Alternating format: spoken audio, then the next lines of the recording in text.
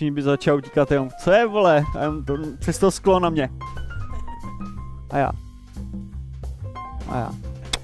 Ráno ti dojede prostě rozesraný auto, zvedneš ho, zjistíš, co tomu je. Ve čtvrtek v 10 vybírá popelnicovou baráku, tak jako čau, vždycky zařval do okna nebo něco jenom a já. No, Takže já buď bych šel právě hnojárnou, protože prostě to zemědělství a zvířata a stroje mě baví. Dámy a pánové, vítejte u dalšího dílu Co by kdyby. Dneska jsem tady já, Matěj a Páťa. Já, Patrik. Ve složení originál. Originálos. Každopádně hnedka ze startu, než se vrhneme na to, co vůbec budeme probírat. Tady dole je Instagram na Playzone Arenu, díky které tady můžeme natáčet, děkujeme moc. Dole v popisku je i odkaz na web, naše osobní Instagramy a určitě se nezapomeňte koukat i na Instagram medzone.cz, protože tam je vlastně úplně všechno za oponou. Dejte followíčeky na ten náš osobní, on to je příjemný. Jo, prosím tady. My tam taky občas tak něco dáme. Je to tak. Kdyby vás tam bylo víc, dáme tam toho víc. Kdyby vás v průběhu dnešního tématu napadla nějaká otázka, co by kdyby, tak ho napište taky dolů, ale zkuste tam dát něco, u čeho se vám jako ten mozek fakt zavaří, protože za 15 minut to bohužel nejde rozebrat tak, aby vás to bavilo, protože píšete, že to chcete delší a delší. My se snažíme, fakt se snažíme. Ale myslím si, že dnešní díl bude nějaký z těch dílů, kde se rozkecáme, protože bude hodně o takovým deep talku, protože si představte, že byste se zítra ráno probudili a nebyli jste tím, kým jste. Neděláte to, co děláte každý den, nemáte práci a možná vlastně ani neznáte lidi, který byste měli znát. Jste prostě úplně někdo jiný, úplně novej, jiný osud. Co by se stalo, kdyby jsme nebyli tím, čím jsme? Myšleno zaměstnání a vlastně se třeba jmenoval Jaroslav Klepl. Třeba. Ne, myšleno je to tak, že co by vlastně, jak by náš život vypadal, kdyby jsme nebyli tím, kým jsme, jakože někdo je doktorem. Jako youtubeři. Tak nějak. Někdo je doktorem, někdo je youtuber, jo, někdo je automechanik, někdo je my bychom teda nebyli youtubeři. My bychom nebyli youtubeři, ale... A nedělali nic s kinematografickou tou. To je právě to, co mě zajímá, jakým způsobem se na to dokážeme jako podívat. A rozhodně napište třeba i vy po skončení tohoto podcastu, jaký vy na to máte pohled, jak by třeba váš život vypadal, kdyby tady tohle, co děláte teď, protože svým způsobem je to součást vás, nějaký váš odkaz, tak kdyby nebyl. Pojďme se na to podívat, protože vlastně naši identitu trošinku nějakým způsobem formuluje i ta práce, to, co děláme. Jo, protože je to obrovskou součástí tím, kým jsme. Je to něco, co nám dává jako do života naši odbornost, protože čím díl tu práci děláš, tím víc jako nabíráš znalostí, informací a jako zdokonaluješ se v tom, ať je to jakákoliv práce. Jak by vypadal teda tvůj život, kdyby si ho představil, že odřízneš úplně všechno? To, co děláš teď. Veškerý střihy, veškerou kameru, veškerý vystupování. Kde by ses třeba viděl? Hele, asi já osobně tím, že... Nebo takhle, ty chceš brát úplně jako, že nejsme my. To bude dost těžký jako o tom se bavit, protože nevíš, co bys byl. Je to tak jako o domněnkách, proto říkám, že tenhle ten díl bude hodně o deep talku, jakože co si myslíš? Kdybys vycházel z toho, co tě třeba jinak baví a chtěl bys třeba jako dělat, kdyby se všeho to, tak to je jednodušší. Vycházej z toho, protože tam ty nemůžeš dělat to, co děláš teď. Já bych se pohyboval v umění určitě. Podle mě jakoby, že asi kdybych třeba bral úplně můj začátek, co byl vlastně můj prvotní ten, co jsem vlastně chtěl v životě dělat, tak než to bylo nějaký herectví a tohle, tak jsem chtěl fotit, jakoby, že jsem fakt, protože mám střední jako fotografickou školu, takže asi bych se jako pohyboval právě díky té umělce spíš v uměleckých těch. Kdybych se nešel na ten YouTube, nepotkal třeba Petra, vás, tak si myslím, že bych buď to fotil, něco bych asi v tom, i když jsem z toho byl docela nešťastný po tom vyučení, jakoby, když to tak vezmu. To byla nezaplacená práce, jako brutální, to prostě nebyl tam asi směr. A nebo bych možná dělal jako to herectví, no, těžko říct, když na to jsem se vyprt jako po roce, takže nevím. Ale asi bych se držel jako v uměleckých místech určitě. Okay. Protože když se na to podíváš, tak i byl výzkum, kdy psychologové potvrdili, že vlastně profesní role ovlivňuje myšlení, sebehodnocení a dokonce i chování toho daného člověka. Takže podle toho, co děláš a jak se ti třeba i v té práci daří a tady tohle, tak dokážeš sám sebe jako hodnotit a chováš se prostě nějakým způsobem a vlastně, co tě jako ovlivňuje, je hodně ta práce. Protože když ti to vezmeš, tak to je většina tvýho jako života v podstatě. No. A některé výzkumy ukazují, že po ztrátě práce se lidi jako zažívají menší krizi identity. Ne, že jako bys měl depky, vole, ale nevíš, co seš. Hledáš se, protože vlastně přestávají být jistí tím, kým jsou. Oni přestali něco dělat, co dělali strašně dlouho. Jo, jakože... Proto ta představa toho, že bys to třeba ze dne na den jako ztratil, to, co zbudoval a tak jako taky nevím pořádně, co bych dělal. Když si vezmu můj život a ve zkratce ho tady tak dám, jo. Tak na jeden den plavčíkem, kámo, bych vám řekl ten joke k tomu zajímavý. Já tam přišel, hlídal vlastně Babylon a Kvato, tam jsem přišel, zjistil jsem, že všechno je zajímavý, že na kamerách týpci koukají, jak lidi souložejí v jeskyních, víš co, a to je jejich zábava. Že jsem přišel, tam dva souložili v tomto a oni, podívej. Ten na to ukázal jam. Takže aha, OK. Zajímavá zábava a pak, co bude moje náplň práce, hele. Půl hoďku sedíš tady, pak jdeš a hoďku seš. Sedíš na lavice nebo stojíš a koukáš na tenhle kort bazénu, pak zase hoďku tamhle, tak hele, byl jsem tam tu hoďku, seděl jsem a najednou koukám, tohle, říkám, jo, to je v pohodě práce, jako nic neřešíš, sedíš, seš potichu, jako čus, teče to snad. A ve finále jsem se podíval na čas. Kámo, já jsem po pocitově hodině jsem zjistil, že uteklo třeba 10 minut. A já jenom, aha, tak to nebude takový. A druhý den, když už jsem tam byl na půl cesty do té práce, tak jsem se zastal, ne. Vrátil jsem se domů, na den jsem dělal v hospodě, na den, pak už jsem taky nepřišel druhý den, pak 2 týdny v call centru, pak rok a něco vlastně v operéně manažer a pak už jel YouTube, no. Takže u mě to bylo zajímavý tady tou cestou, co jsem zjišťoval, co bych vlastně chtěl teda dělat, krom toho focení a malování a tady těch věcí. Bylo to krušný. OK. Nevím, co bych dělal. Kdyby teda tady to všeho zmizlo, tak asi nic z toho, co jsem zkoušel. Třeba bys dělal ještě manažera v té aréně. Tam ne, protože přišel covid a oni mě vyčutli, takže asi tam už ta budoucnost nebyla pak. Já jsem za to ve finále rád. Ale všechno vlastně se dělo tak, abych byl dneska tam, kde jsem, což je asi zajímavý. Co si říkáš, že vždycky se dějou věci tak, jak mají být? Dělal by si v zahradnictví? Já nevím, jestli v zahradnictví. Možná bych se držel okolo těch zemědělských strojů, protože na marketě, na chalupě, kde jsem vyrůstal a jako děcko jsem tam trávil celý prázdniny, tak... To možná bys dělal spíš tu filmařinu asi, jakoby. Kdyby nebyl... Takhle. Pokud odstřihneme komplet, co děláme, tak je to v hajzlu, tak musíš jít fakt úplně jiným směrem. Já bych to zkusil právě takhle, protože i ta filmařina v podstatě z nás, a to umělecký dělá vlastně něco, kým jsme, ale já si myslím, že kdyby tohle tak... Abych chtěl veřejný záchody mít.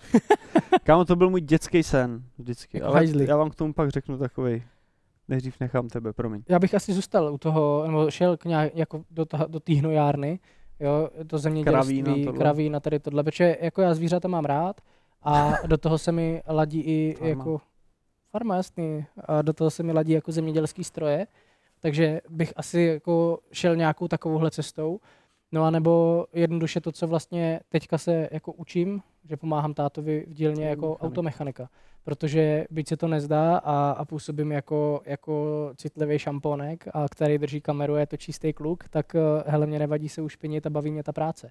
Až vlastně něco udělám a vlastně za mnou zůstane něco hmotného. Ano, my vytvoříme epizodu, my natočíme video a je to banger, baví mě se na to koukat, cítím se jako nějakou hrdost třeba z toho a takhle, ale je to úplně jiný pocit, než když prostě v té práci doděláš třeba něco na tom autě a vidíš prostě, že to přijelo, nefungovalo a ty jsi to opravil. U nás jsou to ty dlouhodobý vyhlídky, jakoby, že pak víš třeba, že třeba teď, když bych vzal začátek, když jsme začali s tím YouTubem, tak ten pocit toho, že jsi něco dokázal, přichází až teď, prostě jakoby, kdy najednou prostě tam je přes 60 000 lidí a už to má úplně jiný spát, takže najednou si myslím, že pak ta další vyhlídka je přesně těch 100 000, víš co, a tohle, že tě pozvou tamhle někde a zajímají se, lidi tě znají a tohle. To jsou podle mě jako takový ty,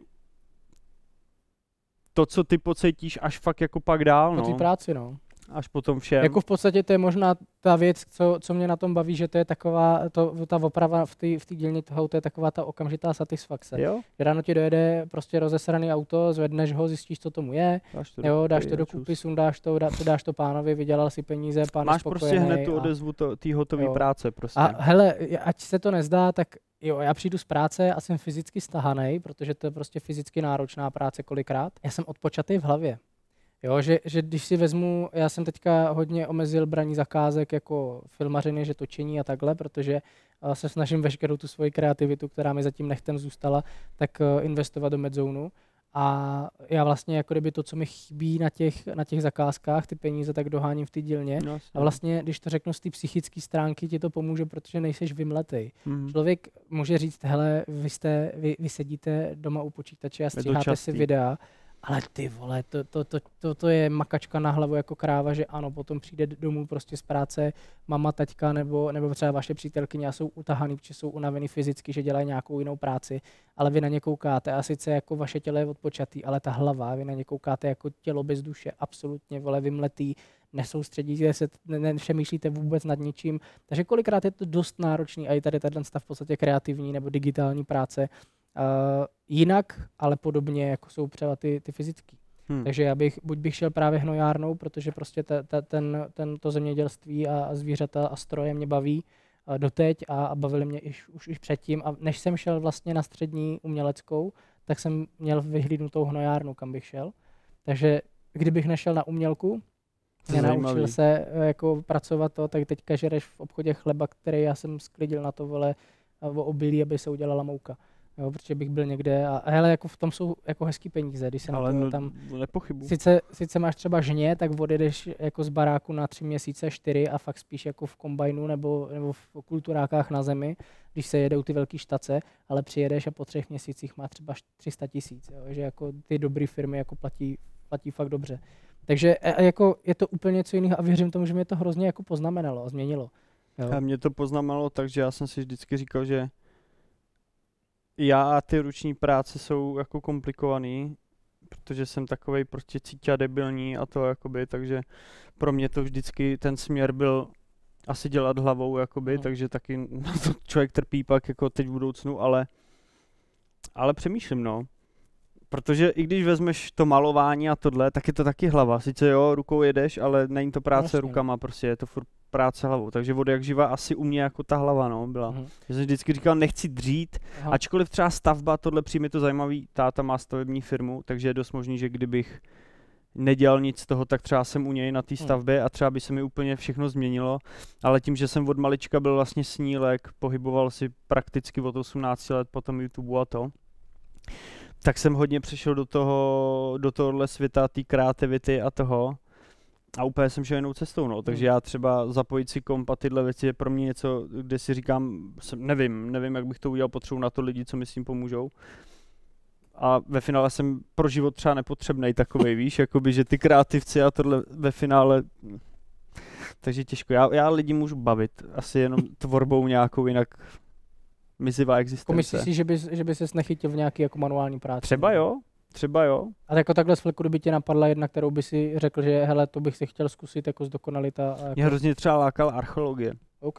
Fakt jako to mě lákalo, nebo úplně prvotní ta myšlenka byla, že jsem chtěl jako fotit pro National Geographic a chtěl jsem prostě být v té Africe, víš co, a fotit, dělat ty zakázky prostě a tohle, protože co jsem koukal, tak ví to jako dost asi do toho New York Times a tohle to, mít ty výstavy své a to mě lákalo, ale zase jsme u toho, že to je kreativní zase práce asi.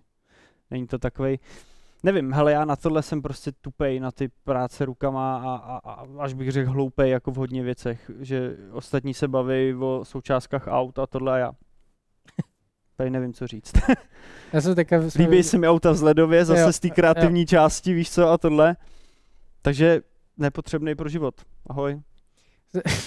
Já si myslím, že hromada jako i inženýrů a takhle, co třeba, když se budu držet těch aut, jako vymýšlí ty auta, tak nepřemýšlej jako prakticky, protože vymýšlej tu estetiku, vzhled a tyhle ty věci. Ano, aby to vlastně dali na stole ve fabrice dohromady a vypadalo to dobře a fungovalo to na stole, ale když potom to auto přijede na výměnu oleje a ty nejseš, vole, schopný vyměnit olejový filtr, což se dělá každých 15 000 kilometrů, protože tam je skurvený příčník, stabilizátor, vole, nebo cokoliv jiného. A piče jsi zachcanej volem, protože to musíš všelijak kroutit. No to jsem právě jaký háklivý, hele, když jsme něco točili a mě mělo týct krev do pusy, nebo něco takového. Jo, já jsem cítě, nepotřebnej pro život, ahoj. Ne, prostě fakt. Nevím, no. Kolikrát mi, vole, v hubě skončí pasta na ale zase myslím si, že přesně tyhle ty věci jsou potřeba v tom životě, jak ten kreativní pohled, ano. Tak ten člověk, co to umí zhotovit. Protože to se spojí a funguje to perfektně. Člověk, který jako je ten fachman, tak on se to naučí, dokáže si poradit a třeba to obdivuju na mém tátovi, že třeba není nějaká součástka nebo je tam nějaký problém v tom autě. Vím, že třeba teďka se dělal vejfuk a tam jsou takový upevnění a prostě byl takový dokroucený, zhnilej. Tak táta přišel, odřízl ho do prdele, vzal si normálně železo a vytvaroval z toho ten uchyt novej. Jo? Že vlastně, že ta kreativita je i v tohle tom, že si dokáže poradit vlastně s hovnem. Jo? On má prostě tyčku a on z té tyčky udělá to, co on potřebuje k tomu, aby vlastně dosáhl toho cíle a to auto opravil. Že to na něm obdivuju kolikrát fakt, jakože jsem tam a říkám, to nejde. A on pičat, ne, vole, že nejde, vždycky to jde, vždycky je nějaký smysl, jako je můj styl, jak to udělat. A přijde a něco vymyslí, on prostě šáhne do nějakého šuplíku, vytáhne nějakou součástku, co k tomu vůbec nepatří a vytvaruje z toho to, co potřebuješ. Takže vlastně takovýhle věci. Tady to, no. A to já se jako zatím mi v tomhle nedal. Zatím jsem se to nenaučil, ale co jsem chtěl říct, tak vlastně hele, ty kreativní lidi jsou pro ty lidi fachmany jako potřeba. Že ty jsi to řekl, já jsem bavič. Ty jsi řekl, že jsi bavič, že bys bavil lidi. Jo, ale ti fachmani, kteří prostě jako takhle fungují manuálně, jo, tak taky u toho přemýšlí, taky přijdou ze dřeň a oni se chcou pobavit, chcou vypnout. Takže prostě to jsou komentátoři, stand-up komici. Jo, tak vezmu taky publicistika mě lákala dost jako v jednu chvíli, že mě bavilo jakoby, jak psaní článku a tohle. Taky kreativní. Takže jako noviny a tohle to mě taky prostě lákalo tohle. Vždycky asi. Jako je tady termín, budeme jako kluci z Prahy, budeme se učit cizí slovíčka, job crafting. Jo, a v překladu je to, že vlastně lidi si upravují svoji práci tak, aby aspoň trošku bavila. A já si myslím, že my můžeme říct, jak my jsme si vykraftili vlastně Medzone. Protože byly konkurzy na lidi, byli lidi u nás v týmu a nejsou, ale ve valné většině případů, drtivá většina případů ty lidi museli nám sedět jako lidi. Museli s nima být prdel. Vzpomínáš na toho, jak se jmenoval? V Braniši nějak už nejel, že jo, dělali jsme si z něho vždycky srandu, protože já jsem měl stránku Záhady a Paranormal, což se možná dočtete v naší knize v budoucnu. Kam jsme z něho úplně pěnili, pamatuješ si to, jsme byli hrzdí. My jsme to založili jakože takové jako srdcovka, že prostě hele, přetvořilo se ze Záhady a Paranormal jako Medzone, tak prostě pojďme ty lidi držet. To byla tam holčina strašně šikovná, dělala scénáře a ty scénáře byly jako fakt vyčerpávající v obsah. Vy můžete vědět, že třeba mě připravovala scénáře na některé true crimey, Gabča prostě jako strašně šikovná. Chtěl jsem říct bohužel, tak to teda není, ale je maminka. Takže nebyl čas, jo, a už potom jsem říkal, hele, necháme to bejt, jo, ještě jeden pokus tam byl, ale neměla čas a láma to přes koleno a já vlastně potom jsem se spolíhal na to, že to bude, pak to nebylo. Já jsem mi to neměl za zlý, tak jsem si prostě scénář udělal sám, ale ona byla ta, která, když jsem po ní chtěl scénář, tak vždycky dodala golden. Jo. V momentě, kdy teda zjistila, že existuje ChatGPT, tak udělala podobnou sračku, jako jsem udělal já na ty epidemie, že tam fakt jako neseděly data a já jsem jí řekl, hele, tohle to vidím, kde byl problém a od té doby jako to přestala používat, že to používala třeba jenom na korektury, ale dělala si ty rešerše po staru, ale fakt úplná pecka. A když se nad tím tak jako zamyslím, tak je hrozně hezký si jako říct, že já jsem vlastně dal dohromady kámo takovou zvláštní komunitu lidí díky té facebookové stránce, kde byli lidi, kteří vlastně zajímalo podobný téma a najednou z toho tabu takového se stalo vlastně, že jsme mohli mezi sebou se bavit o věcech. Jo. A dneska díky tomu třeba vlastně díky tomu to byly ty schůdky k tomu Medzonu jako časem. No. Ale jako jo, tak to je. Hele, já třeba fakt díky tomu YouTube a tohle, že jsem k tomu čuchnul fakt jako v mladém věku, tak jsem se dlouho hledal a jako strašně taková fakt tam mizivá existence. Ale asi fakt až teď kolem těch 27 let si jako fakt můžu dát, že jsem našel to gro, co třeba vidím, že budu dělat jakoby dlouho, třeba do konce toho života a tak, jakoby, že si říkám ten Medzone a tohle je asi to, k čemu to vlastně celý život tak nějak jako šlo. Víš, že jsem vždycky chtěl něco svýho, dělat s tímhle tématem a šlo to od vtipných srand z toho po ty články a různý, jako že jsem rád, že vlastně člověk asi, když jste na sebe moc tvrdý a už ve 24-3 letech po sobě chcete moc, tak si myslím, že fakt stejně až do těch 30 se říká, že bys měl udělat základ toho, co bys chtěl dělat a od těch 30 do 40 bys měl budovat už tu svou věc, která už prej bude mít smysl většinou. Takže Medzone už má asi smysl. Jako jo, a víceméně to fungování toho Medzonu jsme si dokraftili do toho stylu, že lidi jsou v tom týmu tak, aby jsme si s nima rozuměli, aby s nima byla minimálně sranda a nebyly to takový ty přehnaný cíťové a hlavně jako pracuje se nám s nima dobře. To je vlastně to a my na těch místech, byť děláme důležitou věc, tak jsme se naučili, ne všichni to ovládají tak dobře, ale naučili jsme se vlastně fungovat a rozeznávat s těma emocema ty situace, takže my, když jsme mimo plac a netočí se nic tohle, tak si pomáháme resetovat tu hlavu, takže bavíme se o blbostech, občas uděláme nějakou srandu tohle, ale jak se vezme kamera do ruky a jde se točit zase do baráku, okamžitě přepnou do reálně jako toho důležitého módu a to je to vlastně, jak jsme si my ten Medzone vykraftili, protože častokrát, když člověk řekne, byl jsem na natáčení, tak to jsou fakt stresy za stresem, obrovský projekty, drahý to je, důležitý pro ty lidi, takže jsou nepříjemný, urejpaný, jo, my jsme taky na místech kolikrát nepříjemný, protože vidíme třeba, že se tam děje kulový, jo, a takovýhle věci, ale dokázali jsme si to fungování. Já mám jistý, že jsme postavili něco fakt z nuly, jakoby, víš, že jako fakt jsme neměli vůbec nic. A měli jsme pár set lidí. Dlouho se to snažíme fakt jako budovat na nějaký low-costový tý a je to důkaz toho,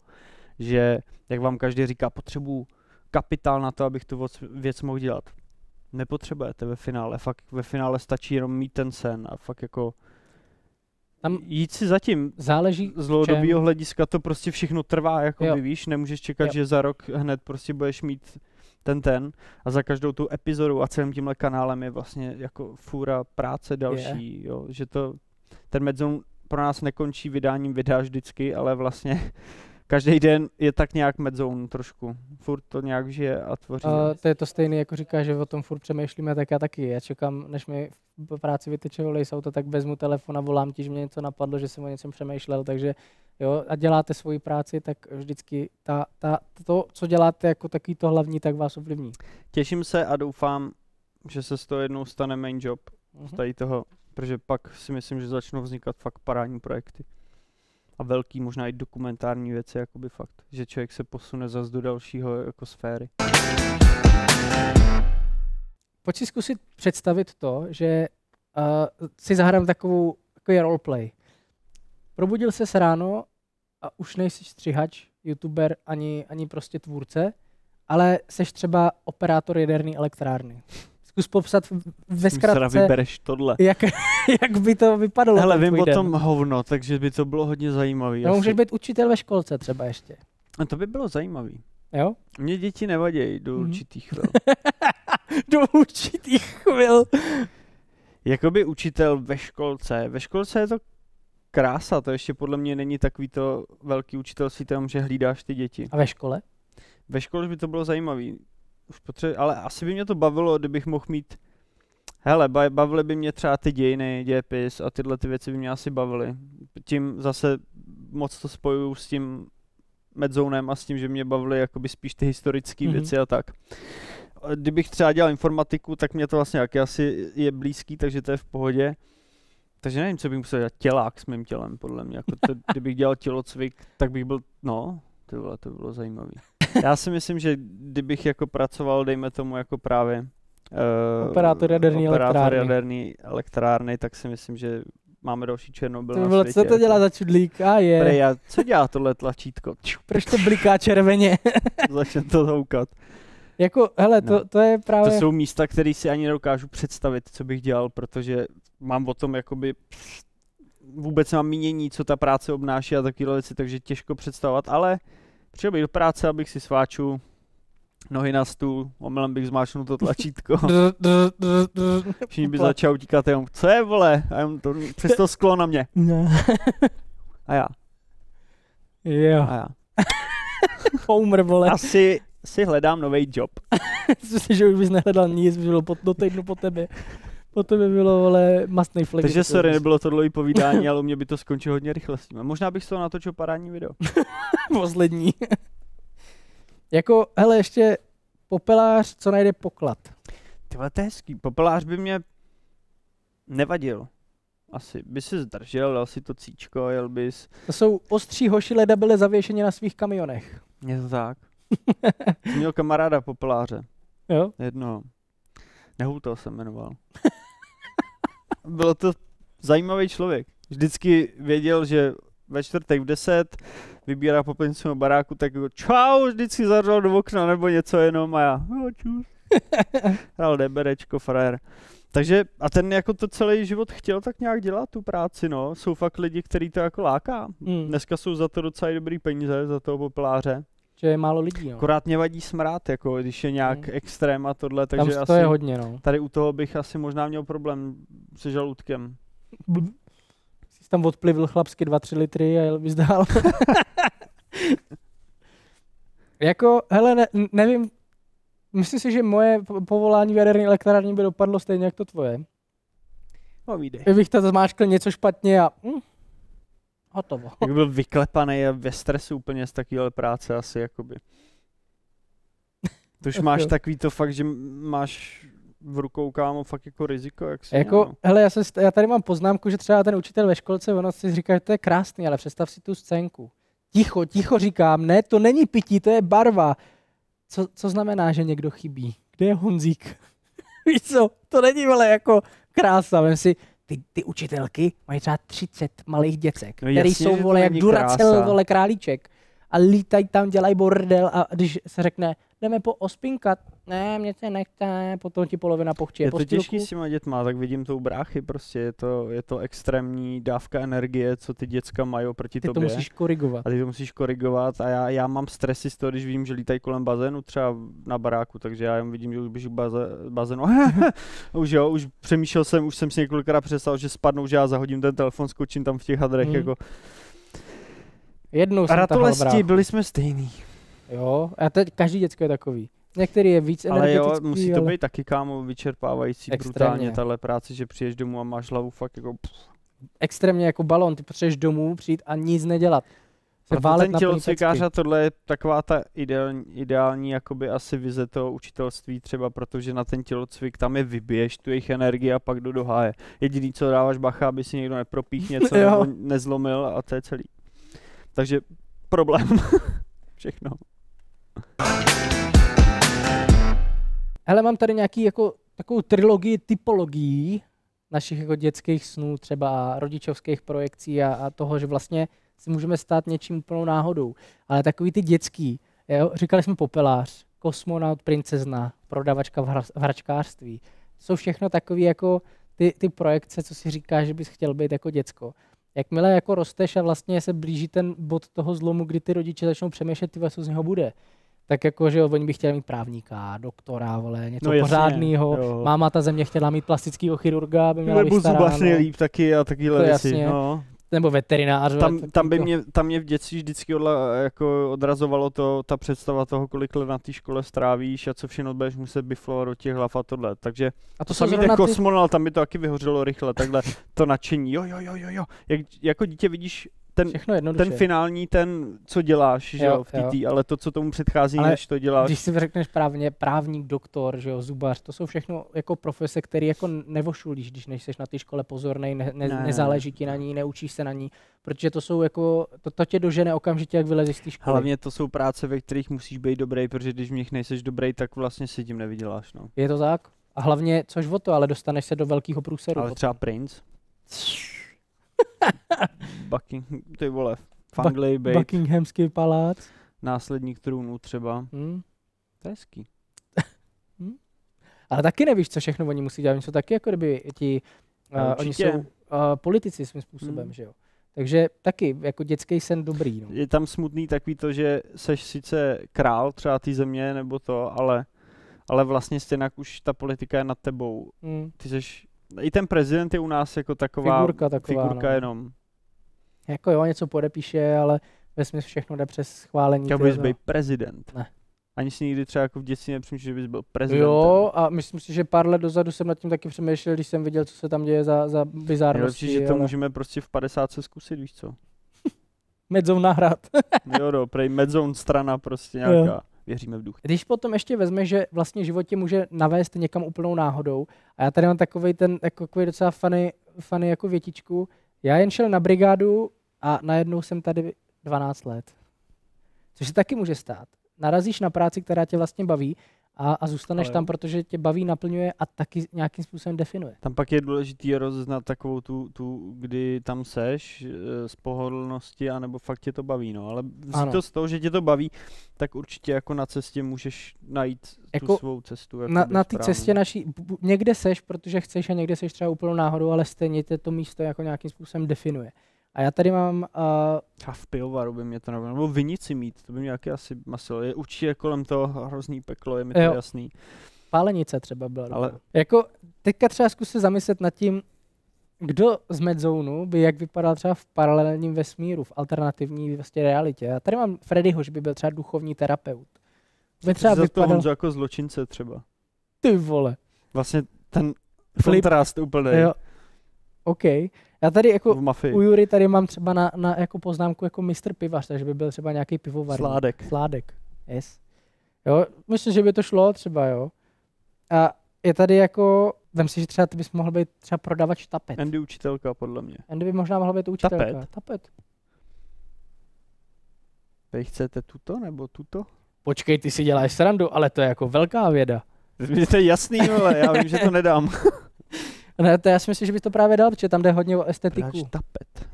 To je to, hele, tapety nebo ty plískyřicové stěrky na stěny, to je prostě vizuál, to je jako design. Já si myslím, že zrovna jako ty bys na to mohl to okomít, takže bys třeba mohl být prodavač tapet. Dobře. Zasekl jsem tě aspoň trošku. Jo. Dobře. Jo, jak si to představuje, ale jak tam sedí v tom showroomu a má tam ty tapety. Jakou chcete? Tahle je taková něžná, pěkná. Hodná. Hebka. Hodná. Tahle vám dá lepší náladu, ta zelená funguje dobře. A tady ta černá.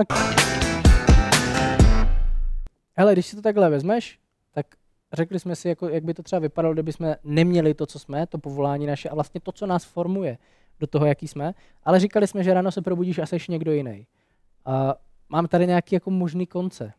Jak by pro tebe jako vypadal ten happy end? Happy end by asi vypadal tak, že bys dělal takový to, co tě bude bavit, no. To je podle mě happy end asi, ty věci. Nebo jako, co bys chtěl že bys vlastně přišel do té nové práce a zjistil si, že tě to taky naplňuje. Jo, že bys našel fakt něco, co tě asi naplňuje. Ne, si ten tapeťák zrovna jakoby je to, co by mě naplňovalo v tu chvíli, tam pak sedět celý den. Tapeťák. Ale happy end je mít práci, která tě asi uživí, dobře ti vydělá, aby si tak nějak ten život mohl žít, nejenom prožívat. Jasný. A hlavně, aby tě to nesralo, protože nejhorší, co je, když tě práce sere, to je prostě, to už jsem si vyzkoušel tolikrát a to nikdy nejde udržet jako dlouhodobě. Jasný, jo. A pokud to někdo udrží dlouhodobě, tak pak má fakt takový smutný život brutálně, že ten člověk je přesně morous a tohle furt jako non-stop. Potom, když bys na to šel ještě teda z toho, že by to nebyl úplně happy end, to byl by to taky neutrální, tak vlastně jsi na levelu takového toho, že se ti vlastně nic moc nezměnilo. Ta tvoje identita, kterou ti tu práci dává, tak se tak nějak jako tam je a přelívá se sem tam a vlastně bez změny, což otázka, jako jestli je to dobře nebo ne. Co bychom dělali, kdyby nebyl teda Medzone prostě, ale furt bychom se my dva třeba potkali a tvořili něco spolu novýho. A mohlo by to být tady jako v rámci toho umění, nebo taky ne? Mi to jedno. Je ti to jedno? Jako normální YouTube, že bychom asi to ne. Dobře. Beru to tak, neříkám, že to musí být ale možná si myslím, že bychom zůstali u těch článků, třeba bychom měli nějaký časák svůj nebo magazín, to možná. Asi jo. Kdyby jako ten Medzone vůbec nevyšel. Ano, bychom dělali živý podcasty. Bychom měli ten podcast. Paranormální talk show. Asi otázka, jo, no. Kolik lidí by na to chodilo, jestli by to nějaká televize chtěla třeba vysílat. Napište, když tak.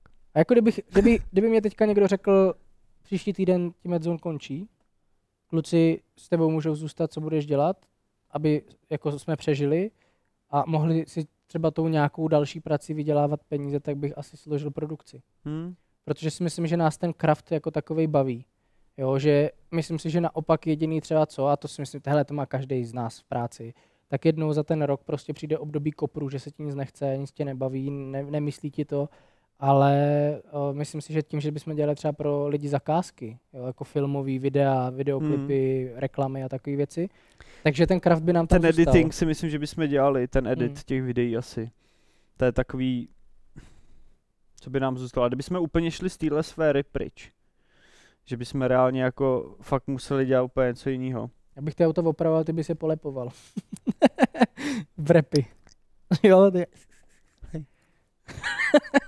Nevím, jako, kdybychom měli zůstat takhle v týmu a měli bychom jít od toho pryč, tak já si dokážu představit, že v současné chvíli ze všema vymoženostma... Třeba dětský tábor bychom dělali. Jako hele... Honza jako vůdce, víš co, tý party, že jo, jako jak se jim říká. Oddíl. Jo, ten by měl ten svůj oddíl, jakoby. Král si za vikingy. Pomáhat a chránit. Jo, pomáhat a chránit. Ale jako... Hele, já bych to asi viděl tak, že bychom dělali nějaký magazín. Já taky. A když se nad tím víc zamyslím, tak tohle byla moje vize, jakoby, že jsem nejdřív chtěl dělat magazín. Jsem fakt úplně, vím, protože jsem viděl Enigmu, Epochu a tyhle, říkal jsem, chci taky dělat. Jenomže dneska mi přijde, že všichni přichází na ten online to by se musel mít za nějakou paywallou, no. A to už by mě naplnilo. Mně se fakt líbilo to, že si koupíš a máš to v ruce. Ale je pravda, že taky jako už to dneska třeba nedělám, že bych si ten časák koupil. Já si myslím, že vzhledem tomu, že my jsme takový jako troubové hračičky a dost často puntičkáři, ty někdy víc, ale myslím, že to by nám dalo jako velkou sílu a máme v týmu troubu, který se jmenuje Jura a v alternativní realitě by byl pivař, tak to myslím si, že kdyby to mělo být za paywallou a mělo by to být placený a měl by to být digitální časák, tak ti říkám, že tam by se ti to animovalo všechno, víš co, a stejně bychom si s tím vizuálem vyhráli. Já si myslím, že on už nás nenávidí teďka, jenom prostě drží pusu, aby nám nenarušoval podcast, což ho za to chválím, když se draku. Ale svým způsobem pak nám jako, to řekneš. Takhle si myslím, že by to bylo třeba reálný. Jo. Taky to vidím na ten časák. Hele, ten Facebook byl taková, jakoby už vlastně to byl časák v vozovkách náš, prostě dělali jsme tam ty články, ty okna, jakoby. Dělali jsme i tematický týdny, jestli pamatuju. Jsme fakt měli tematický týden, kde jsme jeli třeba demonologii, čarodějnictví. Já jsem na tom Záhady a paranormál byl spíš jako takový tichý pozorovatel, já jsem tam nepřispíval. Já jsem jako, ty jsi mě tam přizval do toho týmu a tohle, já jsem tak jako fiškuntálně koukal. A než jsi nepsal ty články? Ne, já jsem... To dělal ten Sogo CZ, Sogo, ten psal to, ten tam byl od začátku takovej, jako že jsem ho, že nějak napsal sám, že bych chtěl jako to.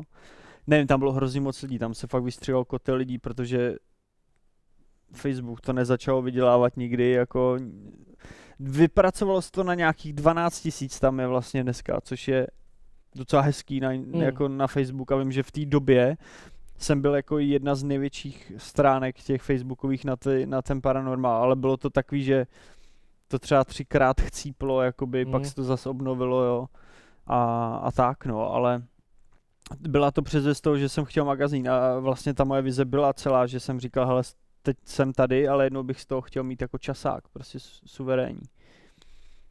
Takže si myslím, že jo, že asi bychom jako ten Medzone, jako Medzone časák, že by prostě byl Medzone, víš co, tak asi why not, mohlo by to fungovat podle mě na podobném principu. Dost. Asi jo, bez videí, ale jo, fotky, takové věci, popisovat ty věci, creepypasty tam psát, příběhy ze světa.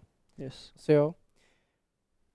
Tohle by byl jako za nás podle mě takový happy end. Asi jo, no. Že bychom vlastně našli jako tohle, ten neutrál, nevím, co by pro nás bylo, asi to, že bychom šli dělat něco, co nám tak nějak jako vyhovuje. Jo, ty bys šel do té umělecké sféry, abych možná šel zase k těm strojům nebo něčeho takového. A vlastně ta identita toho života by se ti přelila do toho nového a vlastně by tě to nějak extrémně nezasáhlo. No úplný chaos, prostě nevíš, kdo seš, nevíš, co seš, proč to děláš, kde to děláš. A prostě, vole, z ničeho nic v Alpách paseš ovce, vole, jako bača. To je v prdeli, no. Jo, že tam by... Nebo jako, že já vím, že spoustu lidí to dělá, jestli někdo dělá jako práce, tak se neurážíte, kvůli tomu to tak není, ale prostě jsme každý nějaký, každý obaví něco jiného. Abych to neukázal, no, ten život prostě, já jsem už fakt takovej... Umělec. Ale jo, jako to tě taky nějakým způsobem jako identifikuje.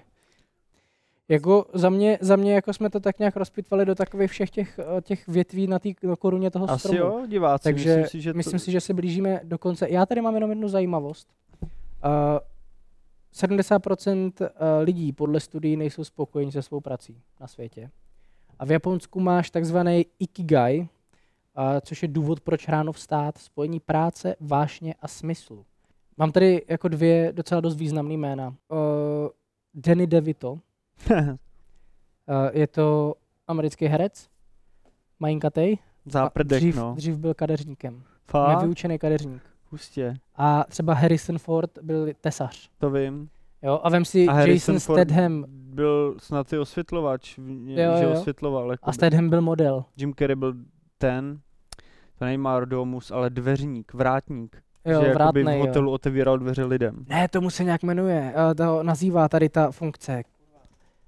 Steward. Ne? Ten, co ti vozí ty kufry a otvírá dveře. A on byl jenom, že fakt stál u dveří hotelu a otevíral jako dveře lidem. Klíčníška šafář Wiltonu. Tam je hrozně krásný ten příběh jeho, jakoby, jestli jste někdy četli knihu Tajemství, já vím, že kolem toho je taky tolik spekulací, jakože to je srajda, ale i kdo ví, o co go, tak jde vlastně o to, že to, na co myslíte, to si vlastně přitahujete. Já jsem jednu chvíli fakt tím docela žil, že jsem se snažil dost na střední právě toho držet a funguje to. Tomu se říká zákon přitažlivosti. Zákon přitažlivosti, anebo... Funguje to. Ty vlastně těma myšlenkama se udržuješ v tom svým snu a v tom tvým cíli. A tím na něm daleko víc pracuješ, než když ho necháš jako odplout, víš? Ještě se tomu říká nějak, že si to máš vizualizace. Yes. Jo, vizualizace a právě, imaginace. Že kdybych se vrátil k jádru pudla, jak jsem říkal vždycky, nebo k útrubám draka, že jo, a tohle, tak vlastně on právě otevíral dveře a to, jak tam stál, tak koukal vlastně na ten studiový kopec, kde jsou ty filmové studia, víš, on vždycky na to koukal. A sám sobě vlastně pak na pokoji doma jakoby si napsal šek, účet, že třeba $1 milion, jo, za roli herec, tohle. A to si prostě schoval, začal jako přemýšlet, vizualizovat si to a tohle a prostě přišel do těch studií, šup, jakože by něco a šup, dostal práci hned a jel, no. Jako používáš to doteď? Máš nějaký takový už vůbec, ale to spíš takový, že už ty myšlenky nemám asi tak tolik prostoru pro to, abych měl tolik free času, abych se tomu mohl úplně věnovat. Já nevím, jestli to je úplně jako takhle, já třeba tady o tom jsem slyšel, ten zákon přitažlivosti by měl fungovat i na principu toho, že třeba si vytiskneš fotku svého vysněného auta a nalepíš si to prostě k nočnímu stolku. Že tam je ta cesta. Ty musíš k tomu dělat ty kroky, samo to nepřijde, já vím, že to máš ale někde. O to nejde, jo, to ani nebyl můj záměr tady tohle říct, já jsem třeba teďka byl na začátku roku v podstatě dokopanej od přítelkyně si udělat takový vision board jako tapetu na počítač. Vy jste tam byli u mě, říkáte, kurva, co to je. Ale já můžu říct, že mě se pomalinku ty věci na tom jako odškrtávají. A bylo to tak, jako že ona řekla jenom zamysli se nad tím, co bys chtěl dosáhnout. Ne tenhle rok, ale dej si to na tenhle rok. Tam je jednoduchý princip. Ty tím, že to vidíš dennodenně tu věc, tak na to myslíš, jakoby, víš. A je to vlastně největší... tak, že kolikrát, že jsem ti do toho skočil, kolikrát je to tak, že mě ten život, ten směr tak nějak sám ukáže. Jo? Že právě ty říkáš, musíš k tomu dělat kroky. Ano, ale já vím, že mám nějaký cíle a mám je prostě na té obrazovce a prostě ten krok k tomu mi tak nějak sám přijde do cesty vždycky. Já ten krok potom udělám a záleží na tobě, jestli ten krok uděláš. Ale funguje to a myslím si, že spoustu těch věcí už máš zautomatizovaný, aniž bys jako ty nad tím víc přemýšlel, ale podvědomě, víš. Děkuji. Tím, že se vlastně jakoby už o tom víš, že to funguje, nějakou chvilku to třeba člověk aplikoval a tak to pak aplikuješ, aniž bys nad tím přemýšlel. Jo. A to v tom je kouzelná ta kreativita, že když seš kreativec, ať je to tvoření těch věcí, tak ty vlastně děláš jako podobnou věc, ty taky z myšlenky tvoříš jakoby tu epizodu a tyhle věci, takže seš v tom už zaběhlej, aniž bys to podle mě víc nad tím přemýšlel, tak to. Ale určitě, hele, je to hezká věc a myslím si, že v dobrých rukou, když nejste fakt jako úplně scestný, tak to funguje ta věc. Je to fakt jen o tom prostě, protože pozitivní myšlení a když seš fakt pozitivní, vem si Míšu. Když jsi hodně pozitivní člověk, tak si pozitivně nalazuješ i lidi okolo sebe, který k tobě přijdou. On za náma přijde, my jsme hnedka sluníčka. Funguje to tak prostě. To je samý, když někdo je vedle tebe otrávený, co jdu, jak to od něj prostě chytíš. Taky, jo. Chytíš to, no. Ale mně se jako líbí ještě vsuvka k tomu zákonu přitažlivosti. Já jsem od té doby, co jsem měl auto od těch 18, toho Forda malýho, tak jsem si představoval, že jezdím v trojkový oktávce před faceliftem. Mám trojkovou oktávku před faceliftem. A přesně ty říkáš, musíš k tomu dělat kroky. Nemusel jsem. Přišel za mnou bratranec, který uměl a říká, chci prodat, nechceš jí? Máte dobrý, no. Já právě nic takového nemám. Že by jako někdo mi nabít auto jen tak, jako za nějaký prostě peníz. Ale on mi to dal za to, co by to dal do bazaru. Jo, aby to zmizelo hnedka. Takže bylo to dobrá cena, dobrý kauf, auto má historii a prostě přišlo to samo, aniž bych já chtěl. Já bych doteďka třeba jezdil ve svý Fiestě. Jo, ale prostě sešlo se to, bylo tam víc věcí, které na to hrály, takže... Ten život ti to přinese ty věci, co chceš. Protože tím, že to chceš, tak to v té hlavě máš. A o tom to je jenom to udržet v té hlavě, víš, jakoby než se přesuneš prostě spoustu věcí, které pak přesně jsou ty nápady, co tě napadá, co bych chtěl a tohle, ale vlastně to jakoby odejdeš od toho, vypustíš to z té hlavy časem. A když to fakt máš furt před sebou, nebo na to furt myslíš, tak teoreticky je ta větší pravděpodobnost toho, že ty věci ti do toho života přijdou, protože si je furt připomínáš, nezapomeneš na ně prostě. Tohle se mi přijde jako třeba zajímavý téma, který jsme mohli někdy probrat, ale v Medcastu a ne v co by kdyby. Takže určitě dolů napište, jestli by vás to zajímalo, mohli bychom si k tomu třeba zahnat nějaký studie, nějaký konkrétní příklady a třeba si o tom hodinku popovídat i jako konkrétně o zákonu přitažlivosti, protože je to podle mě zajímavý téma. Ale my už jsme teďka dosáhli toho našeho docíleného času a proto přišel konec téhle epizody. Takže my se s váma loučíme. Děkujeme vám za pozornost, že jste tady tu naši Deep Talk epizodu vydrželi. Určitě nám napište vaše postavení k tomuto tématu, jak byste reagovali, kdybyste se ráno probudili a nebyli jste tím jste teď, což je podle mě zajímavá myšlenka. Určitě napište, a napište, co děláte a co byste třeba dělali, nebo co by vás bavilo třeba dělat jako mimo to. Každopádně děkujeme ještě jednou Playzone Aréně za možnost natáčení. Podívejte se na naše Instagramy, Matějův, můj, na Instagram medzone.cz, na naše webové stránky, protože bychom rádi vlastně začali, a možná už to tam probíhá, dělat jako články, takže budete mít větší důvod navštěvovat tu naší stránku, protože to, co jsme vlastně začali dělat, magazín možná teď přijde touhle formou. Možná ten magazín bude i reálný. Yes. Tak jo, nebudeme to dál protahovat, děkujeme vám za pozornost, dávejte na sebe pozor a budeme se těšit zase příště u nějakého dalšího témata. Mějte se hezky. Ahoj. Zase mi pije pivo. Nemáš. Ach, nemni? Nemni. Tam nic nemni. Tam nic nemni.